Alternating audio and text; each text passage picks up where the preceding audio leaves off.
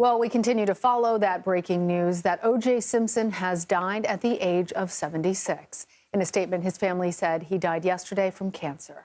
The Hall of Fame running back was known for his performance initially on the football field and became even more of a household name for this. He was on trial and ultimately acquitted for the murders of his ex-wife and her boyfriend. Let's bring in Brian Dunn. He's a managing partner at the Cochran law firm. He knew O.J. Simpson and the defense attorney, Johnny Cochran, as well. You now work for the firm in his name. I want to get your reaction when you heard of the death of O.J. Simpson, and we can speak about your experience with this firm as well. Well, Errol, I want to thank you so much for bringing us in. When something like this happens, you're not ready for it.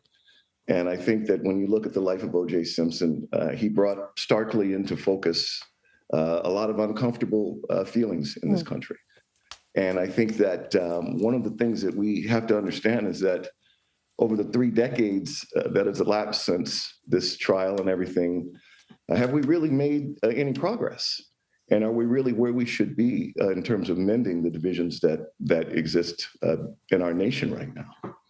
Yeah, I think that is so much of what people are reflecting on today, Brian. Since you actually have that rare experience of being a managing partner at the Cochran Group, or the Cochran Firm, rather, and then actually knowing O.J. Simpson as well, talk to us about your perspectives looking back now at that time period during the trial, and then O.J. Simpson and how he interacted with the public in the years that followed. You know, Lana, it's so interesting that you bring that up because it seems like it was yesterday. We're talking about events that happened 20 or almost 30 years ago now. And I remember his smile. I remember his touch.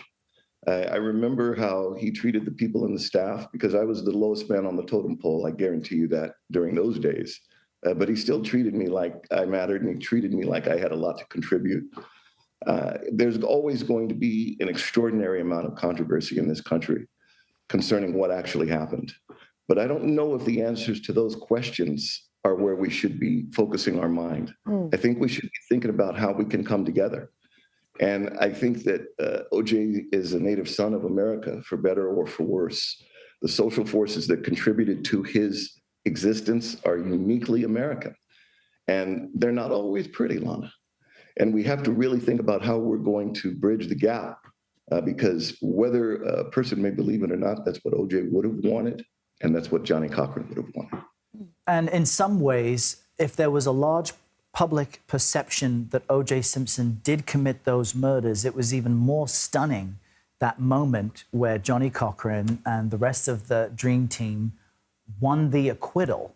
And there were many components to the defense. We're seeing footage of when O.J. Simpson wore the infamous glove and it didn't seem to fit. Taking me back right now. But yeah. I'm wondering from you, and we know the famous line, if the glove doesn't fit, you must acquit. Can you speak to us about Johnny Cochran's theatrics and the specifics of how that led to a successful defense that many didn't expect? Well, that's a great question, Errol. And when you really think about Johnny Cochran, and you have to think about the whole defense team, you got to talk about Barry Scheck. You got to talk about Peter Neufeld. You have to talk about F. Lee Bailey. You have to talk about all of the law clerks. Kardashian, I see over there. He was crucial through so many of these really difficult times.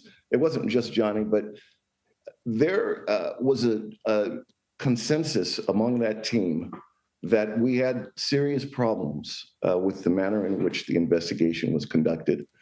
But again, I always say, Errol, these issues don't exist if the unique landscape of American social injustice doesn't exist. And we were always feeling like we were just working on another case or just working on something that was what we do, which is to represent our clients to the best of our ability. We didn't realize the fishbowl that we were under, and we also didn't really understand how much people were going to be divided over what happened in that courtroom, because we didn't think that no one in the room thought they would bear the weight of the nation on their hands. And this was just one incredible lawyer, probably the best lawyer of our time, defending a man that was his client. And it became so much more And it was so much more because of the way that this country has existed. Brian, and I love how you're talking about this. And it goes to, I think, the conflict that so many of us feel in this moment, because certainly problems with the investigation, as you highlighted, problems with race in America that have yet to be resolved in the criminal justice system. But then also there were 2 people who were slain at the end of this. And we heard memories from somebody else who was in that courtroom that said that the thing that they come back to is the moment when that acquittal was announced, the grief that they heard from Nicole Brown Simpson's family. I'm wondering, given all of these different conflicting emotions that we're all feeling, how, given your position in all of this, how that resonated with you. Well, it was something that we all felt deeply.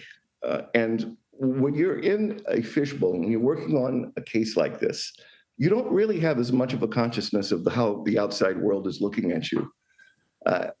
You look at it in terms of only what's happening in that courtroom and what's happening in that department. The issues that you're bringing up, Lana, they're American issues. Mm-hmm.